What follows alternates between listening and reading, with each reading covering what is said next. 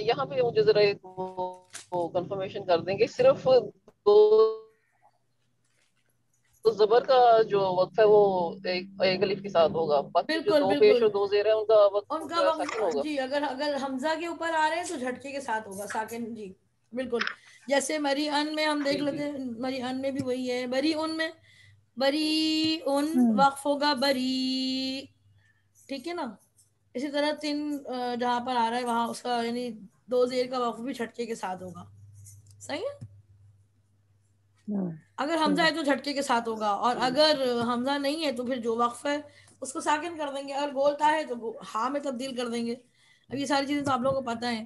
اب آپ لوگ روم جوائن کریں اپنے اپنے، میں بنا رہی ہوں، اور سائمہ آپ سبق سنائیں اور جائیں.